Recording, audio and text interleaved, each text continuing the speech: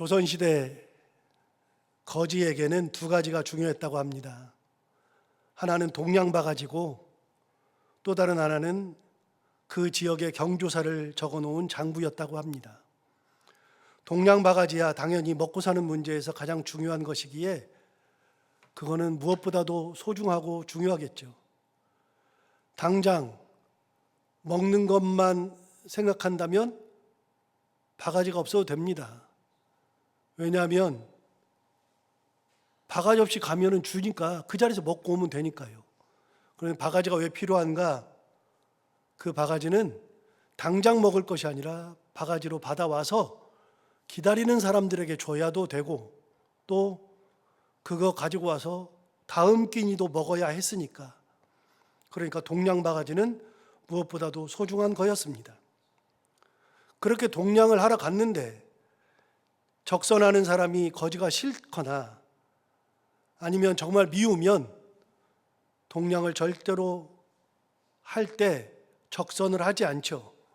그런데 정말 싫으면 동양 바가지를 발로 밟아서 깨는 일들이 참 많았습니다. 거지에게는 동양 바가지가 깨지는 것이 최악이었죠. 그런 최악을 예방하기 위해서 거지들은 동양 바가지를 여러 개를 준비하고 살았습니다. 거지에게 중요한 두 번째는 그 지방에 경조사를 적어놓은 장부였습니다. 혼례가 있는 날은 무엇보다도 중요했는데 혼례를 치르는 집안은 손님들을 대접하는 음식을 만들기도 하지만 반드시 거지 음식을 준비해야만 했었습니다. 거지들이 그 좋은 날 와가지고 깽판을 치면 안 되니까 미리 거지들을 잘 대접해야만 했었습니다. 그렇게 경조사가 있을 때, 좋은 날이 있을 때는 거지들이 다 그 집에 가서 잔치 음식으로 먹어 기름기로 배를 채워야만 했었죠. 그런 날이 흔합니까? 그런 날은 거지에게도 잔칫날입니다. 그런데 거지의 입장에서 그런 날은 그 집안에 평생 한 번 혹은 두 번 있을 뿐이죠. 그런 날은 장부에 기록할 것도 없이 그런 날은 미리 알고 같이 가면 됩니다. 그러면 거지에게 중요한 장부에 기록되는 경조사의 중요한 날은 뭐냐? 제삿날이었습니다. 제삿날이 되면 그러면 그때는 조상들께 드릴 음식을 준비하는데 역시 거지들이 먼저 배를 채워야만 했었습니다. 그래서 제삿날이 되면 거지들이 어떻게 알고 귀신같이 알고 와서 각설이 타령을 하면서 동냥을 하기 시작합니다. 그래서 제사를 지내는 사람은 거지에게 먼저 제사 음식을 준비해서 먹이는 것이 중요한 것이었습니다. 그런데 제삿날은 한 집안에 한두 번 있는 것이 아닙니다. 1년에도 수차례 있고 그것이 평생 가는 것이니까 그 집안의 제삿날을 기록해 두어서 그날 놓치지 않고 가서 먹는 것이 무엇보다도 소중했죠. 그래서 거지가 죽을 때 그 장부를 반드시 자식에게 물려준다고 합니다. 자식에게 물려줄 다른 것들은 없고 가장 중요한 것은 장부를 물려줘야 되는 거였습니다. 그래야 내 자식이 굶지 않고 가끔 가다 배를 든든하게도 채우지만 기름기로 채울 수 있는 그 장부, 그것이 자기가 죽을 때 자식에게 남겨주는 가장 소중한 거였죠. 사랑하는 부모는 사랑하는 자식을 위해서 가장 소중한 것을 남겨줘야 했습니다. 조선시대 거지 얘기를 통해서 부모 자식 얘기를 했지만 그때나 지금에나 부모는 자식에게 좋은 것을 주려고 합니다. 고생하지 않기를 바라는 마음으로 자식을 키우고 자식이 잘 되기를 바라는 마음은 누구나 다 똑같습니다. 부모뿐이겠습니까? 나와 함께 하는 그 모든 사람들이 행복해지기를 바라는 그런 마음으로 우리는 살아갑니다. 내가 사랑하는 사람이라면 자식이 아니라 누구라 할지라도 고통, 괴로움, 울음 없이 살기를 바라는 것이 인지상정이죠. 사고당하지 않기를 바라고 어떤 예상치 못하는 불행이 없기를 바랄 뿐입니다. 이런 마음은 누구나 다 똑같습니다. 그러기에 살인자라 할지라도 내 자식이라면 세상 사람들이 다 미워하고 세상 사람들이 다 멀리해도 그 살인자가 내 자식이라면 부모는 그 자식을 위해서 무언가라도 하려고 합니다.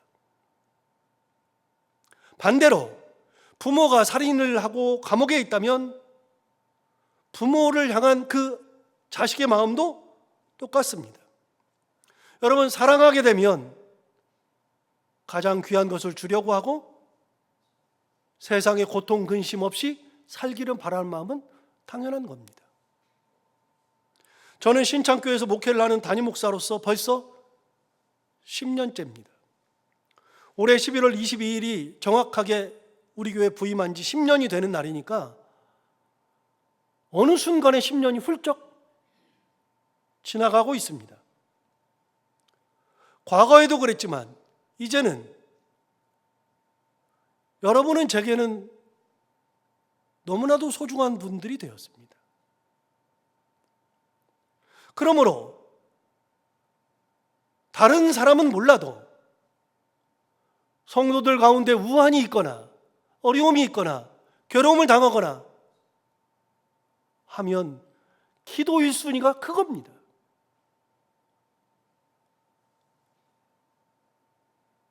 심지어는 우리 교회 성도가 아니라 할지라도 와서 예배 드리는 분들 다 기억하고 있습니다. 새벽 기도를 드리는 분들도 기억합니다. 그런 분들의 기도도 생각날 때마다 합니다. 사랑하는 사람들이 잘 되기를 바라는 마음, 그거는 담임 목사로서는 당연한 거겠죠. 하나님은 어떨까요? 하나님은 우리를 얼마나 사랑하실까요? 우리를 만들었는데 하나님은 우리를 얼마나 사랑하고 얼마나 잘 되기를 원할까요? 거지도 자기 자식 잘 되기를 원해서 가장 소중한 것을 준다 그러는데 하나님은 우리를 바라볼 때 어떠실까요? 이미 로마서를 통해서 우리는 계속 말씀을 나누는 것처럼 하나님은 우리를 얼마나 사랑하시는지, 우리가 하나님과 원수일 때, 우리가 하나님 앞에 죄를 지은 죄인일 때, 우리가 가장 연약할 때, 그때 자신의 외아들인 예수 그리스도를 우리에게 보내셔서 우리의 죄를 없애겠다고 자기의 외아들을 십자가에 달려서 죽게 만드신 그 하나님의 사랑, 내가 너희를 얼마나 사랑하는지 아니? 그러면 사람들이 말합니다. 얼마나 사랑하는데요? 그렇게 말하죠. 아니, 나를 얼마나 사랑하는데요? 내가 너 사랑해. 얼마나 사랑하는데요? 그냥 사랑해. 몰라요. 그런데 하나님은 이렇게 말했습니다. 내가 너를 사랑한다. 얼마나요? 내가 내 자식을 너를 위해서 십자가에 달려서 죽게 할 만큼 너를 사랑한다. 가장 소중한 내 외아들을 너를 위해서 죽게 할 만큼 내 아들을 내주기까지 너를 사랑한다. 그래서 하나님이 우리를 얼마나 사랑하시는지 그거를 예수 그리스도를 십자가에 달려서 죽게 하심으로 그 사랑을 확증하셨느니라. 이것이 하나님의 사랑입니다.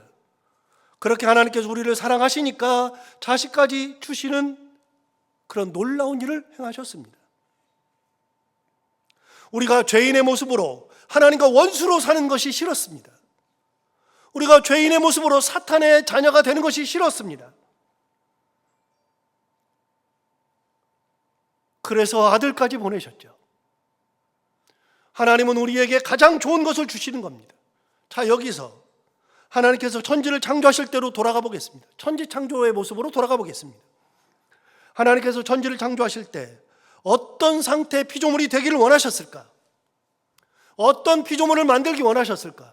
여러분, 하나님이 천지를 만드실 때 하자 있게 만들지는 않았을 거 아니겠습니까? 아, 저거는 좀 하자가 좀 있어야지. 여러분, 우리는 물건을 만들 때도 하자 있는 물건을 안 만들려고 합니다. 저는 가끔 놀라는 것이요, 도공들이 도자기를 잘 만들어 놓고 뭔가를 만들어 놓고 깨뜨리는 모습을 봅니다. 하자 있는 거는 다 깨뜨려 버립니다. 그걸 볼 때마다 저는 생각이, 그냥 저거 놔주지. 저는 그런 생각 할 때가 있습니다. 저거 그냥 놔주면 내가 쓸 텐데, 놔둘 텐데, 너무나도 예쁘고 너무나도 좋은데, 저거는 팔아도 그냥 하자 있다고 말하고 팔아도 비싼데 저걸 왜 깰까? 여러분, 만드는 사람은 하자 있는 물건을 만들고 싶은 생각이 없습니다. 하나님이 이 천지를 만드실 때 하자 있는 물건을 만들기 원했을까? 하나님은 이 땅을 창조하실 때 하자 있는 그런 거를 만들 마음이 전혀 없었습니다. 완전한 모습으로 창조하시길 원하셨습니다. 인간을 만들 때에도 완전한 모습으로 하나님은 만들려고 했어요. 하나님의 마음을 담아서 창조하신 겁니다. 이 천지 만물은요, 하나님의 마음이 담겨 있습니다. 여러분 기억하십시오. 천지 만물에는 하나님의 마음이 담겨져 있습니다. 어떤 마음이요? 완전한 마음. 그런 마음이 담겨져 있습니다.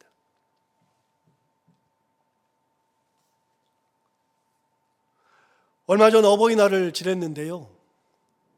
어버이날이 되면 우리는 선물을 드립니다.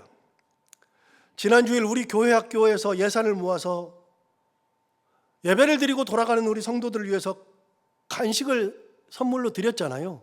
제가 광고하면서도 말씀을 드렸는데 미리 저한테 얘기를 하더라고요. 교회 학교에서 예산을 모아가지고 뭔가를 하려고 그런다. 그래서 뭐 하려고 그러냐 그랬더니 여기다가 카네이션을 달아드린대요. 그래서 카네이션 하면 안 된다. 왜 그러냐 그래서 요즘 카네이션 하고 돌아다니는 사람이 아예 없다. 그거 의미 하나도 없다. 두 번째, 요즘은 옷이 좋아가지고 여기다가 핀으로 꽂으면 여기 상처 나가지고 안 꽂으려고 그런다. 그래 차라리 클립으로 이렇게 해가지고 클립으로 하면 몰라도 이거를 한 번 하면은 이거 상처 나는데 안 하려고 그런다. 그거 하지 말아라. 뭐 하면 좋을까요? 그래서 글쎄 그랬더니 간식을 좀 드릴까요? 그래, 어른들은 입이 궁금하다. 그러니까 간식이 좋다. 그래서 간식을 준비했습니다. 여러분, 그런 걸 할 때도 좋은 걸 해주려고 합니다. 어버이날을 보낼 때마다 꼭 설문조사를 하는 것을 발표합니다. 벌써 수십 년째 발표를 하고 있는데 어버이날 어떤 선물이 가장 좋을까 하고 조사를 해서 발표하는데 부동의 1위가 하나가 있죠. 여러분, 어버이날 여러분은 뭘 받기를 원하세요? 카네이션 받기를 원해요? 다 알죠? 여러분, 어버이날 받았으면 하는 가장 좋은 선물 1위는, 부동의 1위는 돈 받는 겁니다. 정성이 없다고 생각하는 사람이 있습니다. 어떻게 돈을 들이냐? 몰라서 하는 일입니다. 저는 선물을 별로 좋아하지 않습니다. 진짜로 저는 선물을 그렇게 많이 좋아하지 않습니다. 그리고 제가 쑥스러움을 많이 타가지고 선물 받을 때마다 괴로워요. 받는 게 너무나 힘들어요. 그래서 선물을 좋아하지 않습니다. 선물을 좋아하지 않아서 그러는데 우리 부교육자들이 저를 뭐 생일이 되면 선물 사온다 그러고 그 다음에 결혼하면 선물 절대로 가져오지 말아라. 계속 얘기합니다. 뭘 사드릴까요? 가져오지 말아라. 그래서 뭐 이것도 가져오고 저것도 가져와요. 그런데 다 있어요. 가져오지 말아라. 나는 이제는 물욕이 없다. 가져오지 말아라. 그런데도 막 가져오려 그래요. 근데 가져오면 마음에 들어야 되는데 이거 딱 보는 순간에 진짜 좋다 하는 게 하나도 없어요. 가져오지 말아라. 가져오지. 오히려 더 부담된다. 여러분, 우리는 뭐 하나를 받아도 내게 원하는 것을 받죠. 그러면 주는 사람은요, 그분이 좋아하는 것을 주게 되죠. 여러분, 하나님이 세상을 창조하실 때에 가장 좋은 것을 만드는 겁니다. 인간을 만들 때도요, 가장 좋은 완전한 형태의 인간을 만드신 겁니다. 천지 만물은요, 하나님의 마음이 담겨 있습니다. 거지도 가장 좋은 것을 주는데요, 부모도 가장 좋은 것을 주는데요, 하나님이 인간을 만드셨을 때 가장 좋게 만드시는 겁니다. 그런데 그 인간이 죄를 지었어요. 그렇게 죄를 지었을 때 이 내가 만든 이 피조물이 죄를 지어서 나랑 원수가 되었다, 나하고 멀어졌다. 여러분, 그럴 때, 죄인 되었을 때 하나님께서 그거를 없애주려고 하는 것이 하나님의 마음인 거 아닙니까? 그래서 주신 분이 예수 그리스도. 내가 너 사랑해. 아니, 말로만요? 뭘 사랑해요? 내가 내 아들 죽이기까지, 내 아들을 죽여서 너를 구원하기까지, 너의 죄를 사할 때까지 너를 사랑해.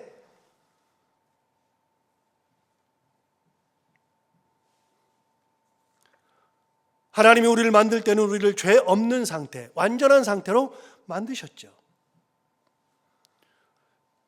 그래서 여러분, 죄 없는 상태로 만든 것은 하나님의 뜻이 담겨져 있는 겁니다. 그런데 우리가 죄를 짓는 순간, 죄가 우리 인간에게 들어오는 순간부터는요, 하나님과 불화한 겁니다.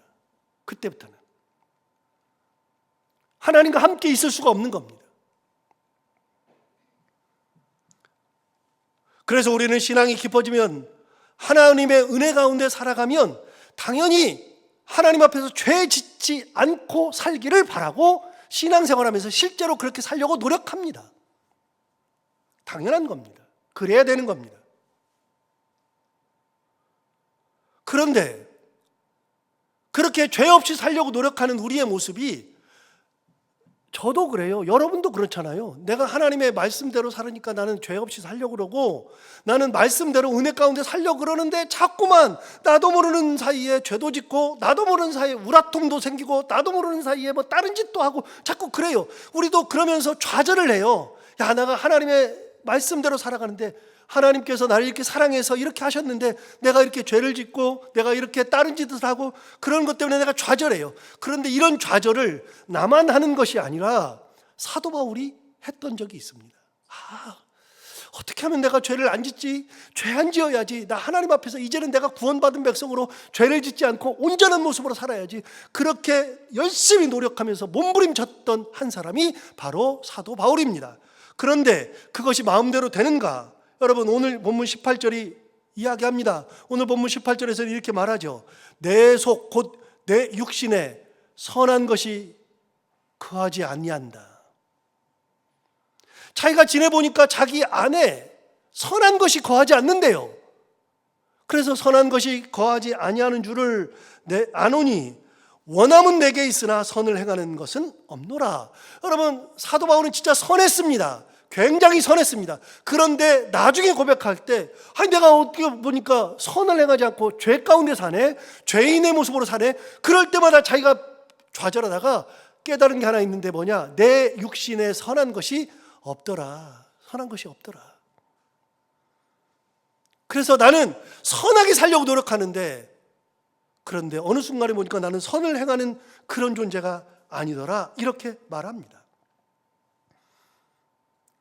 여러분, 예수를 믿으면 죄를 짓지 않는가? 여러분, 그렇게 예수 믿으면 죄를 안 짓든가요? 우리가 구원을 어떻게 받게 되는가를 설명할 때 구원을 단계로 설명하는 게 있습니다. 옛날에 제가 이제 고등학교 때 배울 때 구원을 단계로 설명했습니다. 구원을 단계로 설명하는데 1단계부터 10단계가 있습니다. 그 1단계는 이제 하나님이 우리를 부르시는 장면이 나오고, 하나님이 부르시면 내가 하나님의 은혜를 깨닫고, 부르심을 깨닫고 내가 하나님 앞에 나아가서 예수를 발견하고, 예수를 발견한 다음에는 예수님을 만나서 예수님을 구주로 고백하고, 구주로 고백하는 순간에 이제는 나는 구원의 백성으로 믿음으로 살게 되고, 믿음으로 살게 되면서부터는 하나님의 뜻대로 살기 위한 노력을 하면서 성화의 단계를 거쳐갑니다. 이 땅에 살아가는 동안에 그런 단계가 있습니다. 구원을 그냥 우리 구원받았다 그게 아니라 예수님이 우리를 부르시는 단계, 우리가 예수를 만나는 단계, 예수를 만나서 구주로 고백하는 단계, 구주로 고백하고서 구원의 존재가 되면서부터는 성화의 단계, 성화의 단계를 살아가면서 이 땅에서 사는 단계, 그리고 맨 마지막 10번째 단계는 영화의 단계입니다. 구원의 마지막 단계는 영화입니다. 영화는 이 땅에서가 아니라 죽은 다음에, 우리가 죽은 다음에 하나님 앞에 갔을 때 하나님이 우리를 영화롭게 만드시는 겁니다. 그래서 영화가 우리에게 임할 때가 구원의 완성이라고 이야기합니다. 구원의 완성은 이 땅에서가 아니라 우리가 죽어서 하나님 앞에 갔을 때 하나님이 우리를 영화롭게 할 때 그게 구원의 완성이죠.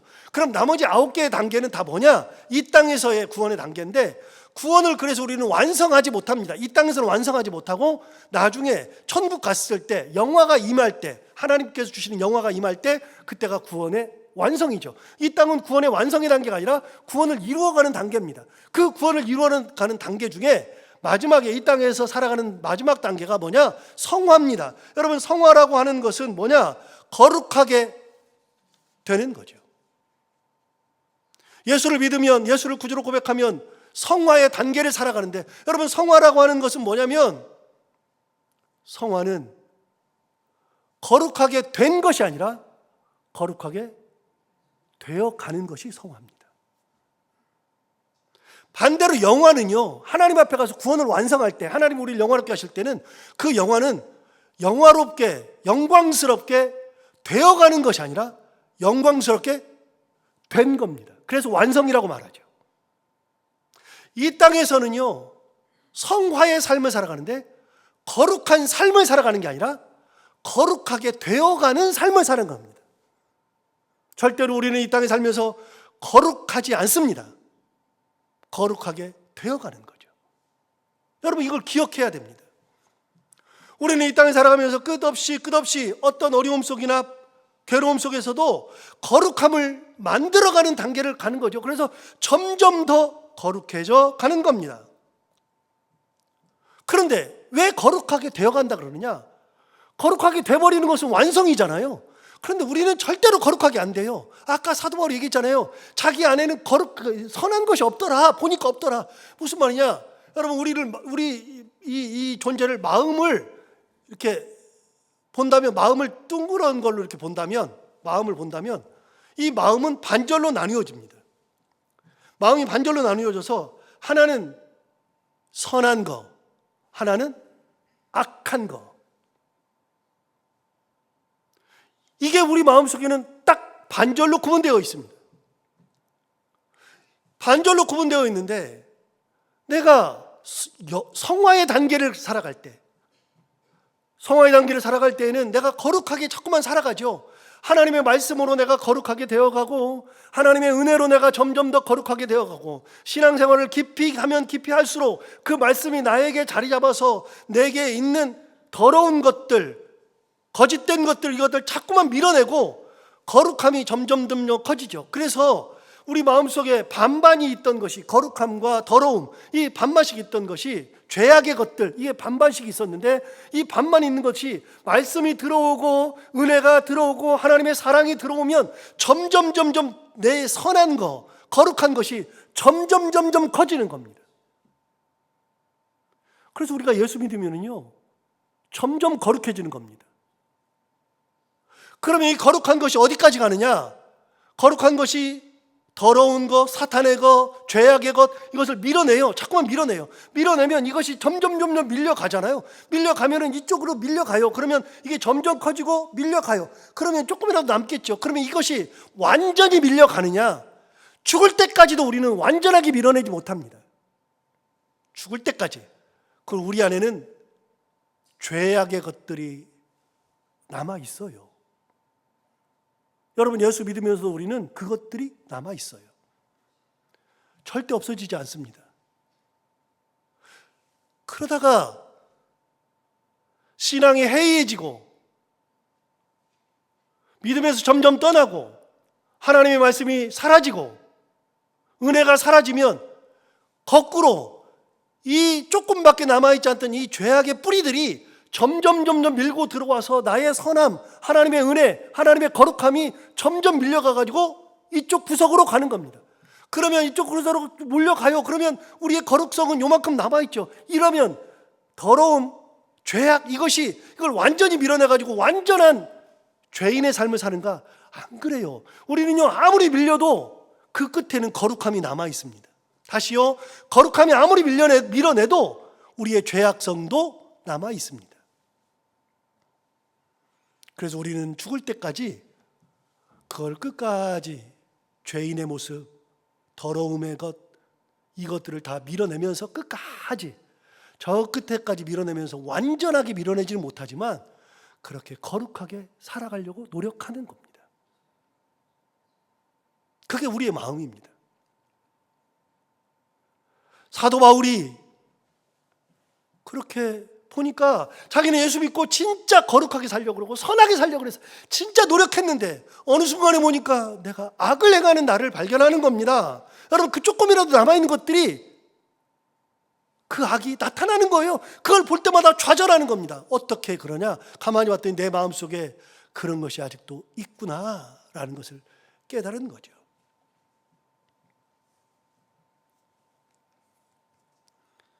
그렇게 우리 마음속에는 죄가 도사리고 있습니다. 가인과 아벨이 하나님 앞에 제사를 드렸을 때 하나님께서 아벨과 그의 제사는 받으시고 가인과 그의 제사는 받지 않으셨습니다. 무슨 기준으로요? 무슨 기준으로 안 받았고 무슨 기준으로 받았는가? 여러 가지 설이 있지만 다 설이고요. 성경에서는 하나님께서 가인과 그의 제사를 받지 않으니까 가인이 얼굴이 울그락불그락해진 겁니다. 안색이 변했습니다. 그러면서 막 여러 가지 행동을 하니까 하나님께서 그때 너 왜 그래? 그러면서 하시는 말씀이 있습니다. 창세기 4장 7절에 의하면 이렇게 말씀하셨습니다. 내가 선을 행하면 어찌 낯을 들지 못하겠느냐? 여러분, 선을 행하면 어찌 낯을 들지 못하겠느냐? 그 말은 뭐냐면 너의 제사를 받지 않은 것은 네가 선하지 않기 때문이다, 그 말입니다.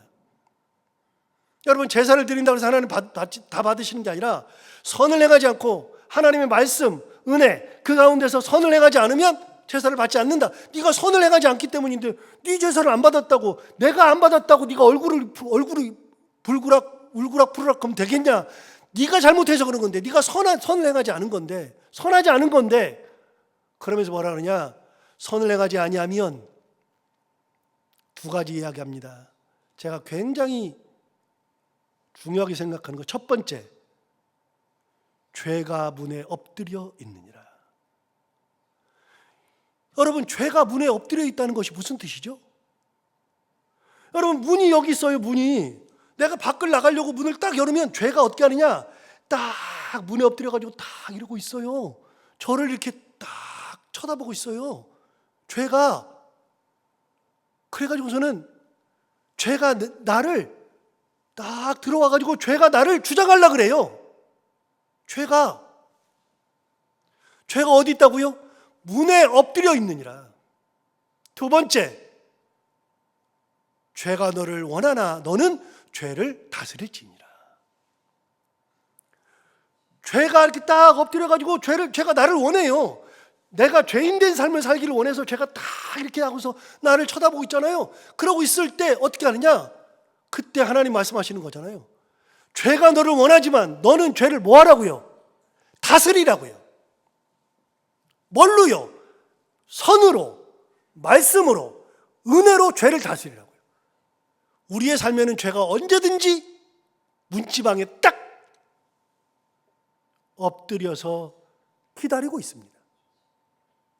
밖에를 나갈 때나 들어올 때나 그렇게 죄가 우리를 딱 기다리고 있는 것이죠. 그러니까 우리 안에는 죄가 도사리고 있어요, 항상. 그래서 사도 바울이 이야기하잖아요. 내가 선하고 싶은데 나도 선하게 안 되는구나. 그것 때문에 좌절했습니다. 19절에서는 이렇게 말합니다. 내가 원하는 바, 자기가 원하는 것은 선인데 내가 원하는 바 선은 행하지 아니하고 도리어 원하지 아니하는 바 악을 행하는도다. 사도 바울이 그런 고민을 했습니다. 20절에서 계속 말합니다. 만일 내가 원하지 아니하는 것을 하면 이를 행하는 자는 내가 아니요 내 속에 거하는 죄니라. 나는 분명히 선을 행하고 살고 싶은데 어느 날 죄가 막 나오면 그 내가 하는 게 아니라 내 속에 거하는 죄가 자꾸만 이렇게 도사리고 있다가 나오는 것이다. 이렇게까지 이야기했습니다. 21절 이렇게 말합니다. 그러므로 내가 한 법을 깨달았노니 곧 선을 행하는 나에게 악이 함께 있는 것이로다. 제가 말씀드렸잖아요. 우리의 마음에는 선과 악이 같이 있다고요. 악을 아무리 밀어내도 악이 도사리고 있다고요. 선을 행하는 내가 있는데 그 선을 행하는 나에게 악이 함께 있는 것이로다. 22절 23절 이렇게 말합니다. 내 속사람으로는 하나님의 법을 즐거워해요. 속사람은 하나님의 법을 즐거워해요. 막 그러고 있는데 23절 이렇게 말합니다. 내 지체 속에서 한 다른 법이, 어떤 법이 있는데 그건 내 속사람에서는 하나님의 법을 즐거워하는 법이 있는데 내 지체 속에서 한 다른 법이 있는데 그 법이 뭐냐? 내 마음의 법과 자꾸만 싸워요. 한 법이 싸워서 내 지체 속에 있는 죄의 법으로 나를 사로잡는 것을 보는도다. 우리는 죽을 때까지 죄와 싸우는 겁니다. 왜요? 내 안에는 죄와 선이 같이 있으니까. 우리는 예수 믿고 살기에 되도록이면 죄를 짓지 않으려고 노력하며 살죠. 저도 그렇고 여러분도 다 마찬가지일 겁니다. 그런데도 우리도 모르는 사이에 자꾸만 죄를 짓게 마련이죠.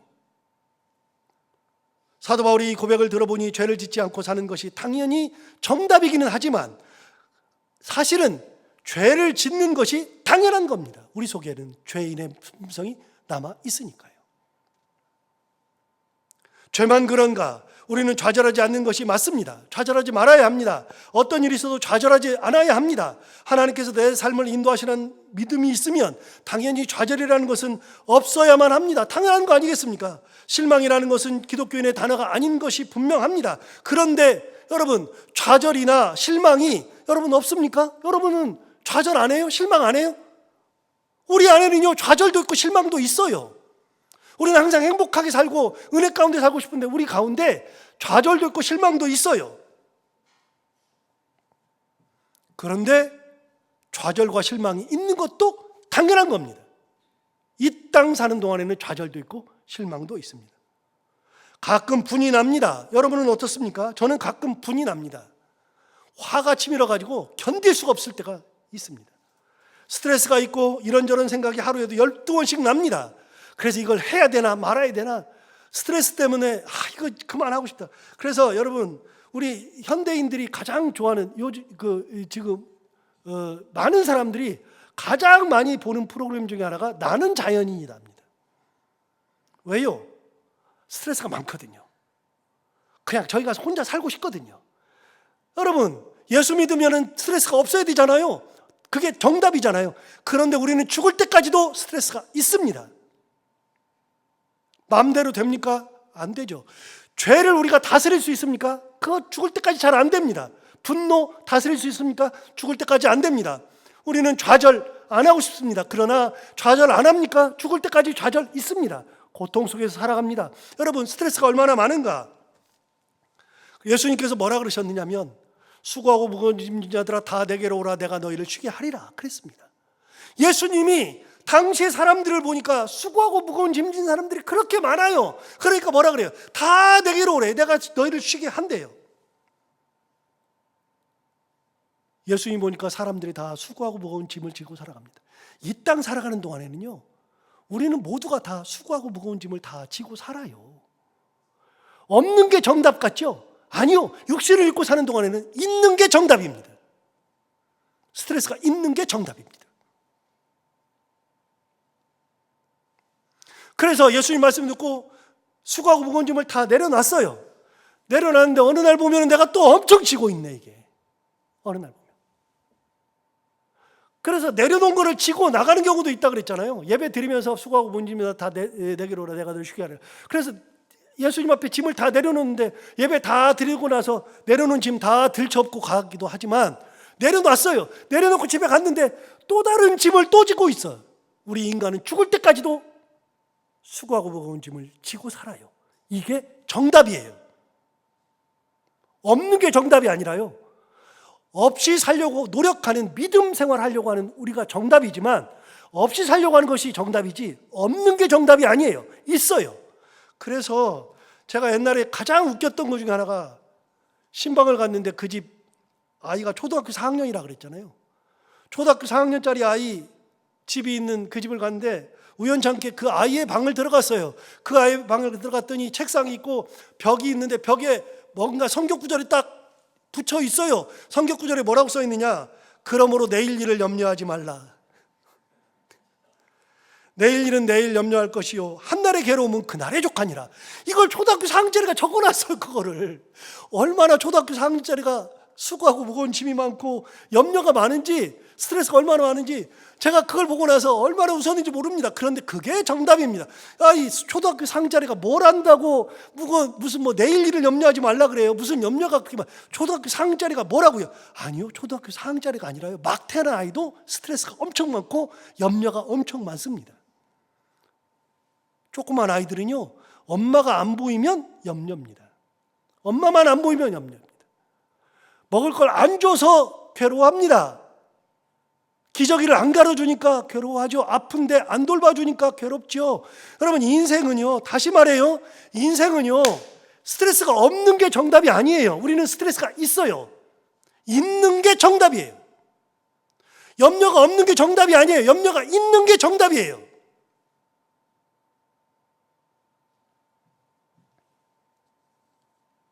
언제까지 그러는가? 성화의 삶을 다 살 때까지. 성화의 삶을 다 살 때까지가 언제입니까? 우리 죽을 때까지 그러는 겁니다. 이 땅 사는 동안에는 다 그렇습니다. 우리가 육신을 입고 사는 동안에는 그렇게 살아야 하는 겁니다. 어쩔 수 없어요. 그럼 여러분이 설교 들으면서 이런 생각이 들죠. 그래서 목사님 뭐라고요? 스트레스 있는데 뭐라고요? 알고 살라고요. 잘못 알고 살지 말라고요. 예수 믿으면 스트레스가 사라진다고 생각하면서 살지 말라고요. 예수 믿으면 고통과 염려가 없어진다고 생각하면 살지 말라고요.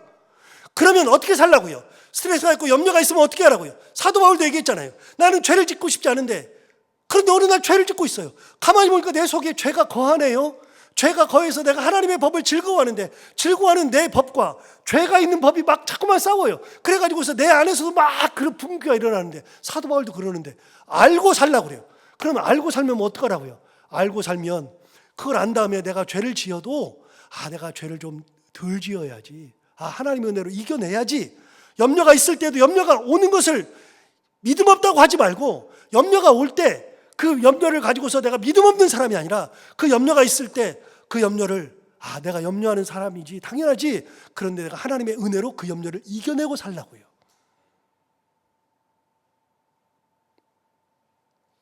사람이 잘 몰라요. 자기를 잘 모르고 신앙인을 잘 몰라요. 예수 믿으면 다 행복한 줄 알아요. 아니라니까요. 예수를 믿어도 똑같다니까요.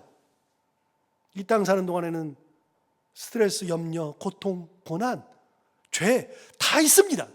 죽을 때까지 있습니다. 기억하고 사십시오. 우리는 다 그렇게 삽니다. 그런데 그걸 알고 살아야죠. 우리 그걸 알고 살아야죠. 그리고 그걸 아는데 한 걸음 더 나가서 그런 일이 있을 때 하나님의 은혜로 이기면서, 감사하면서, 좌절하는 것이 아니라 감사하면서 하는 거예요. 엊그저께 제 친구가 전화가 와서 고등학교 친구인데요, 이 친구가 얼마나 믿음이 좋은지 모릅니다. 지금은 이제 건설회사에서 이사로 있는데 잘 나가요. 이 친구 아주 잘 나가죠. 옛날에 이제 벽산건설에 있다가 벽산건설이 이제 부도 나고 지금은 다른 동원건설이라는 데 가서 거기서 이사하고 있는데, 이제 부장까지 하고서는 그만둘 거다 그랬는데, 부장한 다음에 이제 상무로 승진해가지고 있다가 또 어디로 또 승진하고 그래서 지금 이사하고 있어요. 굉장히 잘 나가요. 이 친구 보면은 신앙도 좋은데 돈도 잘 벌고 잘 나가요. 제가 제일 싫어하는 스타일이에요. 신앙도 좋은데 공부도 잘하는데 돈도 많고 하는 일도 잘 되고 그런 사람들 제일 싫어요. 세상에 제일 싫은 사람이에요. 여러분 안 그래요? 쟤는 똑똑한데 막 하는 일마다 다 잘 돼. 막 진짜 짜증나요. 그런 사람들 막 보기도 싫어요. 내 친구들 중에서 제일 싫어하는 애가 그래요. 서울대학교, 우리 신대원 할 때 서울대학교 친구인데, 우리 신대원 동기인데 공부를 진짜 잘해요.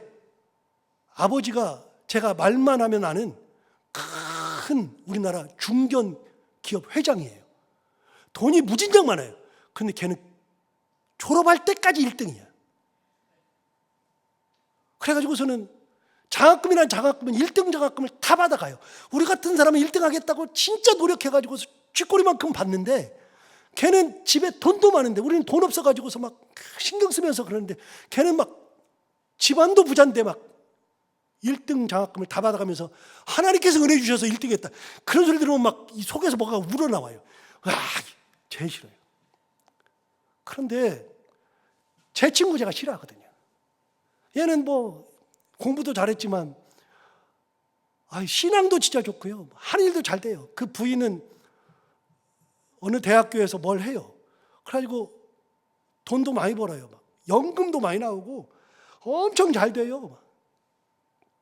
이렇게 전화 오면 피하거든요. 잘 안 받아요. 엊그저께는 전화가 왔는데 일부러 안 받았어요. 그랬더니 그 다음날 전화가 왔어요. 안 받을 수 없어서 받았어요. 그랬더니, 야, 창훈아, 너 지금 왜 전화했는데 전화 안 받냐? 그래서, 전화했었냐? 내가 거짓말로 이렇게. 그랬더니, 야, 너 전화했는데 왜 찍히면 전화를 해야지. 가끔 안 찍히더라, 야. 너 왜 전화했냐? 그랬더니, 또 지가 이사고 그런데 회사가 어떻고 그러면서 뭐라 그러냐면, 자기가 나한테 회사에서 무슨 천삼인가 천녹인가 그거 세트를 팔길래, 싸게 팔길래 자기도 먹으려고 사고 자기 아내도 먹으려고 살고 네 생각나서 하나 보냈다 그래요. 어제가 왔더라고요. 어제. 근데 받으면서도 기분이 별로 안 좋아요. 걔가 얘기하는 게 그것도 있는데, 지 아이가 둘인데 딸이 있고 아들이 있는데, 그 딸이 생명과학을 전공해가지고 지금 30이 막 넘었는데 지금 박사학위를 올해 받는데요. 그 소리를 듣는데 또 속에서 뭐가 막 올라와요. 막 승질나고 박사학위 받는다 그러니까 또 승질나. 그 집안은 왜 하는 일마다 다 그래. 성질이 나가지고, 야, 이게 뭐냐, 그런. 박사학위 받는데, 그런데 자기 막 죽겠대요. 뭐가 죽겠냐 그랬더니, 그 딸이 박사학위를 한 학기 늦춰서 받는데 왜 그러냐 그랬더니, 요즘에 취직이 잘 안 된대. 안 되긴 뭐 잘 안 돼. 다 되는데 지가 좋은 회사 들어가려고 조금 늦게 받는데요. 내가 한 소리 해주려고 하다. 그렇지, 요즘에 좀 경기가 안 좋으니까 그러겠다 그랬는데, 그 딸 때문에 고민이 많대요. 이런저런 고민을 막 얘기하는데 제가 들어보니까 쓸데없는, 그런 사람도 고민 안고 살아요. 자기 나름대로. 심리학자가 뭐라고 했는지 아세요? 심리학자가 사람들이 고민을 얘기하고 아픈 걸 얘기하고 막 얘기해요. 얘기를 하는데 막 들어보면, 이 심리학자가 딱 들어보면 고민을 1부터 10까지라 그러면 10이 가장 큰 고민. 이거는 진짜 해결도 안 되는 그런 고민.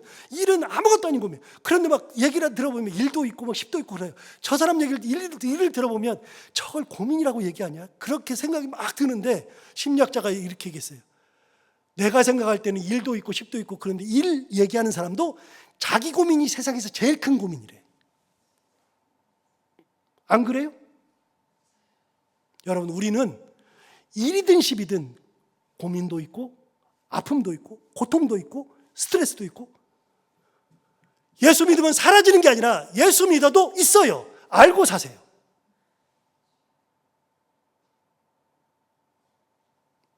예수 믿어도 있고 자식 때문에 뭐 때문에 다 있어요.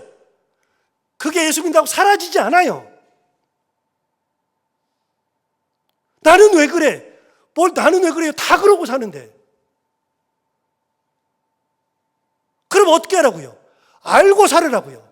예수 믿는다고 없어지는 게 아니라는 걸 알고 살으라고요. 예수 믿어도 없어지지 않아요. 그런데 중요한 게 있어요. 예수 믿으면 그거를 사도 바울이 얘기하는 것처럼, 내 안에서 둘이 싸우는구나 알고 점점 더 하나님의 은혜로 더 살려고 노력하고, 은혜 가운데 살 때 하나님께서 큰 은혜를 주셔서 그걸 줄여주는 거지 없애주는 게 아니에요. 오늘 이 말씀 들으면 사도 바울이 얼마나 큰 고민했는지를 알 수 있죠. 우리가 인간이 그래요. 여러분, 어떤 상황이 되어도 이런 상황 속에서도 끝까지 하나님의 은혜를 가지고 사라지는 것이 아니라 하나님의 은혜로 이겨내는 삶, 하나님의 은혜로 이겨내고 감사하며 살아가는 삶 되기를 간절히 소원합니다. 기도하겠습니다. 하나님 아버지, 감사합니다. 오늘도 귀한 말씀 우리에게 주셔서 감사합니다. 이 말씀 듣고 우리가 하나님을 온전히 바라보며 하나님의 은혜 가운데 살기를 원합니다. 사도 바울이 고백했던 것처럼 우리는 사실 잘 몰라서 예수 믿으면 다 없어지는 거라고 생각하고 예수 믿으면 다 행복할 거라고 생각하지만, 실제로는 이 땅을 살아가는 성화의 삶을 살아가는 동안에는 완성된 구원이 아니라 이루어가는 구원이기 때문에 당연히 있다는 것을 알고 그 가운데 하나님을 더욱더 의지하며 이겨내며 감사하며 살아가는 저희들이 다 되게 하여 주옵소서. 예수님 이름으로 기도하옵나이다.